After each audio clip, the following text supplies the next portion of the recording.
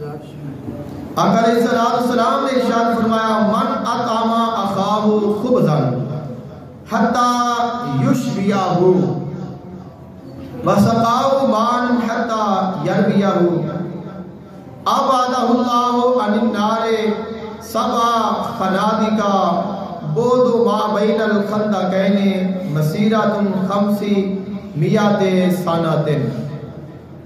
جس بندے نے اپنے کسی مسلمان بھائی نو کھانا کھلایا، روٹی کھلائی اور ان دی بھوک مر گئی، اور پانی پلایا اور ان دی پیاس ختم ہو گئی، اللہ تعالیٰ اس بندے دے درمیان اور جہنم دے درمیان 7 خندقاں کھود دے گا۔ ایک خندق تو لے کے دوسری خندق تک دے درمیان جو فاصلہ ہے وہ 500 سال دا فاصلہ ہے۔